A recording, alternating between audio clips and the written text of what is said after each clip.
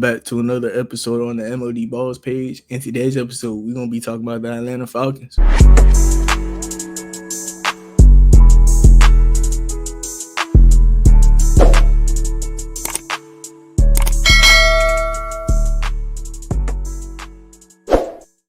What up, ATL? Hey, y'all do me a favor and make sure y'all like, comment, subscribe. Straight out as the video starts, I'm begging on the internet. I need a couple 300 subscribers, all right? Because we actually got enough watch time to where we monetized, but we don't got the subscribers. And a big part of that is me. I'm not uploading. This is gonna be a whole series. Make sure if I'm talking about your favorite team and you want to hear me talk about another team, you want to hear my opinions about another team after you hear me talk facts about your team. So now you're interested in what I want to say about the other team, go ahead and do that. One thing I know though is I need like 300 subscribers though. Yeah, because the fact that y'all going in, watching these videos, fooling and out, I appreciate that. Like y'all do the fact that y'all like listening to me and I'm not uploading. I'm sorry, y'all. I'm sorry, y'all. My bad. I got y'all. Look. This week we're going crazy with these uploads, so a whole series of this going to be out. Done yapping. We can talk about Michael Penix, man. Michael Penix, the Atlanta Falcons. This team has a nice offense. We all know that. They in a division where they gonna finish top two. Like this video is literally, this should be titled the Buccaneers or the Atlanta Falcons. Nah, that's lame. But still, like this is literally the Bucs and Falcons division. Bucs got Baker. Falcons got Penix and Kirk Cousins. That's one thing I like about the Falcons. And people were upset about it last year when they overpaid for Kirk Cousins. That's what I call a lucrative franchise tag. When you give a quarterback a 2-year deal and you front load it and you get another quarterback in the room, you just making sure that he's there to be a bridge quarterback and you have a floor. Kirk Cousins gives this team a floor no matter what. The Falcons in playoff contention, even if Michael Penix gets hurt. And that's one of the smartest things that Atlanta Falcons have done in the past couple of decades, bro, because Michael Penix is a really, really good quarterback in Washington. They was the second seed, I believe, with him. Really good team. He played amazing. But the problems with Michael Penix is that he's at older age and he's injury prone. I believe when he got drafted, he was like 20. Michael Penix is like at least 26 right now. I wouldn't be shocked. Oh, no. Michael Penix is 25. He just turned 25. So he got drafted at the age of 24. That's older than most people. So that's kind of why you look at it like that. But at the same time, who cares, man? He got drafted at an older age. Yeah, that's cool. That's cool and all. But the main thing is that he be hurt. He be hurt, and that is scary. So that's why you go ahead and get Kirk Cousins. You overpay him because if Michael Penix keeps getting hurt, you got a backup. But he's a great quarterback, like reading the pocket wise, standing up, making passes. He's very accurate. He's a very accurate quarterback that, dude, if he keep playing and staying healthy, he only going to get better. Like, and he's already really good. So having all these weapons that he got alongside him make it even better because Drake London, Drake London, having conversations about him being the top 10 receiver. I'm not into them, but that's something that people tell you about Drake London, which I disagree hardly, but he's no matter what a top 20 receiver. You got Bijan Robinson, who's a top 10 back. You got the Atlanta Falcons, who got a top 10 offensive line. You got Kyle Pitts, whatever he is. Darnell Mooney, he is able to always stretch out that field for you. And they got a couple things in the draft, such as Nick Nash, who, I mean, he won the Triple Crown Award in college, but he played at like a Division III school. He is even older than Michael Penix, I believe. And I was just talking about how like old Michael Penix is when he got drafted. Oh, nah, it's the same for Nick Nash. But Nick Nash is going to be 25 years old when he plays his first snap in the NFL. One thing I do like about Nick Nash, though, is I believe he used to play quarterback. Nick Nash, I believe he's a transferred receiver from quarterback, so he's at least going to be smart. He's going to know where to be. Yeah, he did play quarterback for 25 games and had 6 starts at quarterback, so like he's a legit quarterback, but he realized he was going to make the league as a quarterback, so he switched to receiver, and he won the Triple Crown Award. Like, that is really impressive, y'all. That is really impressive, but like I said, he ain't do it at D1 school. He did it at a small school, had a lot of targets, but at the same time, that's because he's good. He's good, and the Falcons got them a good player, and that's all you need in a draft, especially when you as talented of a roster as they got. this team, like we talk about it, y'all know about it. They offense is good. They didn't really need anything on offense, and they went ahead and got to add a piece such as Nick Nash, which whatever, that's cool. That is a cool little thing to me. Jamal Agnew is somebody else that they drafted, or not drafted, of course, but Jamal Agnew is somebody else that they added to this team. And him being able to just be a special teams guy is gonna be cool for them. Special teams get in there on a couple deep plays, Hail Mary for some reason. That hey, Jamal Agnew, man, kick return, punt return, that hey, that's something for your team. That means something. But man, what I really want to talk about this Atlanta Falcons team is their draft. This is a team that they did change on draft night. Their biggest problem for the past decade has been edge rushers. Atlanta Falcons, y'all are waking up some demons. Y'all are getting generational like demons out of y'all closet right now. The fact that y'all had no edge rush production for the past like 10 years is crazy. I don't know who the best Falcons edge rusher I've ever watched in my life. Like I've been watching football for a long time, and like I can't name you a Falcons edge rusher. Did Calais Campbell ever play on the Falcons? Like, am I going crazy right now? Calais Campbell career, like if he did not play, I can't name you a Falcons edge rusher. Dante Fowler, is that who y'all going off of? Nah, I hope not. I don't know. I don't know. I don't know. I don't know. I'm moving on from Calais Campbell. I don't think he's played there, bro. And if he has, whatever. Either way, like I'm saying, Falcons, y'all get no D line ever, and it's crazy. And last year, I believe they leading sack guy had less than 6 sacks. I might be wrong by a little bit with some of these stuff I'm saying, like Calais Campbell on the team. I think I'm just wrong about that, but nobody having 6 sacks on the team last year. I think I'm right about that. Like that's bad, bro. And I think it was like 8 the year before that. I remember they would have years where that middle linebacker would be their leading sack getter. Dion Jones? Yeah, Dion Jones. Yeah, they have a middle linebacker in Dion Jones who was a pass coverage little middle linebacker getting more sacks on the team than anybody. And it would only be when he's getting blitzed. Like, I would hate that. This Falcons team, though, oh wow, Jalen Walker. Talk about Dion Jones, man. He plays somewhat similar. Jalen Walker is a nice run stopper. He's decent in pass coverage. When he's used as a blitzer, he is nasty, bro. He also kind of reminds me of Isaiah Simmons. But one thing I know about Jalen Walker is he has potential to be scary. Like he has top 15 edge rusher potential, but he also has a low floor because he's a Swiss Army knife. You know how it is with the Swiss Army knife, y'all. It's either he's going to be either a Swiss Army knife that is dominant in the NFL or a Swiss Army knife that doesn't fit in the NFL. That's how those type of players is. Because look, he's a freak athlete. He fast as hell.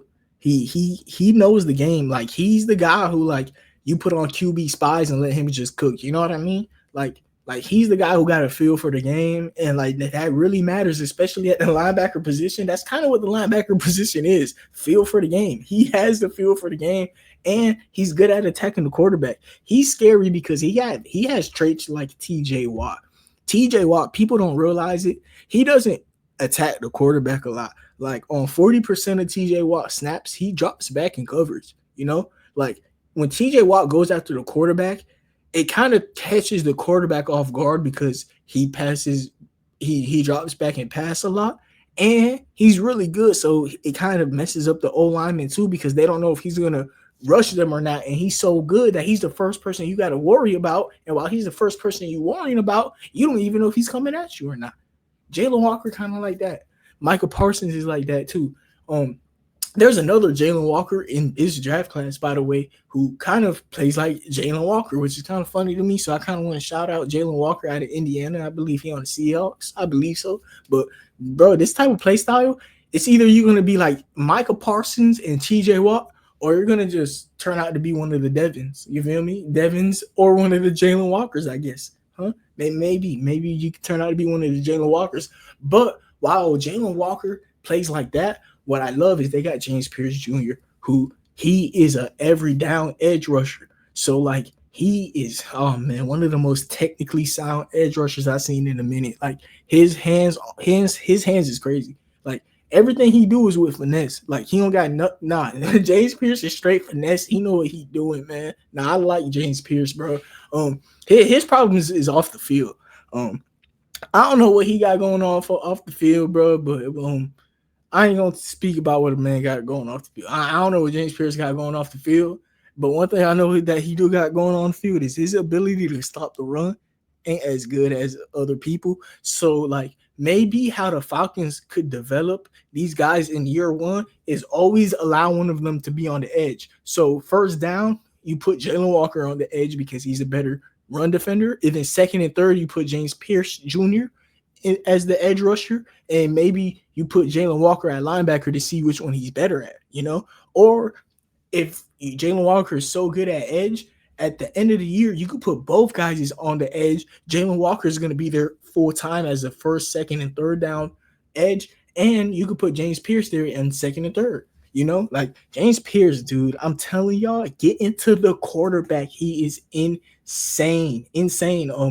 I must say I gotta give him a Ted Hendricks comp. Um, Ted Hendricks, Demarcus Ware, like he is nasty. And the thing about him is his run stopping ability is gonna be what his ceiling is. Also the off the court stuff.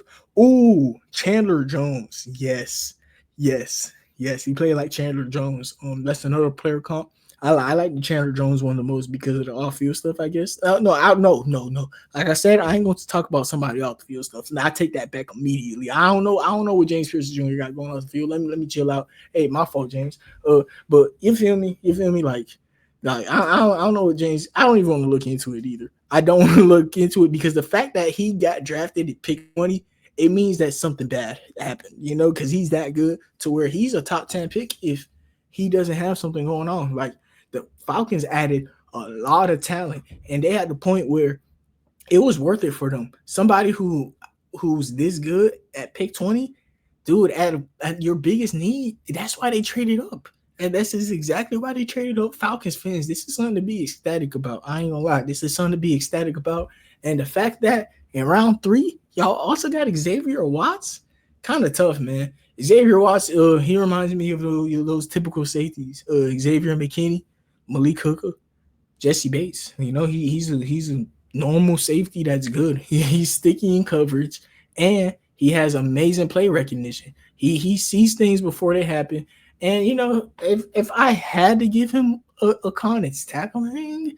But like he is a good tackler, bro. I'm forcing something. You know, like this is what analysts do when they forcing something. They say he's not a good tackler, bro. Like, you know, like I guess whatever. And he's his safety. He's 200 pounds, bro. He's trying to tackle, try me, feel me? Like, come on. He know how to tackle, man. It just he ain't perfect. Like some, you know, he misses tackles sometimes. Like he's a safety, bro. Who cares, man? Who cares, bro? This team has Jesse Bates, and the fact that I'm comparing Xavier Watts to Jesse Bates, and he's going to be in the backfield with Terrell Jr. also, that's nasty to me because not only do they got all that, they added Kobe Bryant as an undrafted free agent also. Like, why is the Falcons getting Nick Nash and Kobe Bryant as undrafted free agents? At least one of those guys is going to be good year one. Like both of those guys is actually good. Man, maybe the NFL see something I don't, but those are good players. And alongside all those rookies, I mean, the Falcons got they DBs because they don't got nothing on the D-line. They don't got nothing on the D-line. But one thing I know is James Pierce and Jalen Walker, both of those guys screaming off the edge, gonna make David Amendola better. Gonna make Leonard Floyd better because he's gonna have more energy. Gonna make some of those guys better. And maybe the Falcons is a team that during the season they trade for a defensive tackle. You know, this D-line, I'm telling y'all, Jalen Walker and James Pierce both have a chance to like be defensive rookie of the year nominees. Just because you'll see how much the Falcons defense changes once they get some sacks, man. Like you'll have the argument that the Falcons went from whoop de whoop in sacks to this and sacks. Now that they added these two rookies, you know, that type of storyline type thing. And at that point, I think they'll be able to add a defensive tackle. Why not? Similar to what the Commanders did when Jaden Daniels started snapping, and you just go ahead and get Marshawn Lattimore. You know, if Michael Penix starts snapping and those rookies is snapping, go ahead and get you a D tackle. Go get you somebody who's going to complement James Pierce's ability to not be able to stop the run as good as you'd want him to for the playoffs. You know, and get some, yeah, do something like that. Do something like that. But that's if the Falcons is in that race and nobody's getting hurt. But Falcons, they're almost a team that's injury proof. They have the two quarterbacks, they have two running backs, they have deep receiver unit, they have 3 to 2 good safeties. They got a lot of corners. This Falcons team is going to be in a race. We'll see what they do. Man, we got to talk about the playoffs with this team a little bit. Like who would they match up against and be favorited though? You go against the 49ers. Oh, the 49ers' ability to stop the run ain't as good as it used to be, but they're going to be healthy this year. You know, hopefully, when are the 49ers ever healthy, actually? Like, the Falcons got some competition, especially with them adding CJ West and Alfred Collins, two rookies that the 49ers added to their team to stop the run. And they even added Michael Williams to stop the run. Like, the 49ers kind of did similar to what the Falcons did. Like they revamped their D line, so it's like wonder how they will play against that. The Lions is the Lions, man. The Eagles, like the Falcons need a penix progression to be like amazing. He does have the potential to have that though. I'll say this: Penix, if healthy, could be a better passer than Jalen Hurts. Could be a better passer than Jared Goff. But can he stay healthy? We'll see. But thank you everybody for tuning in. Have a nice day and God bless.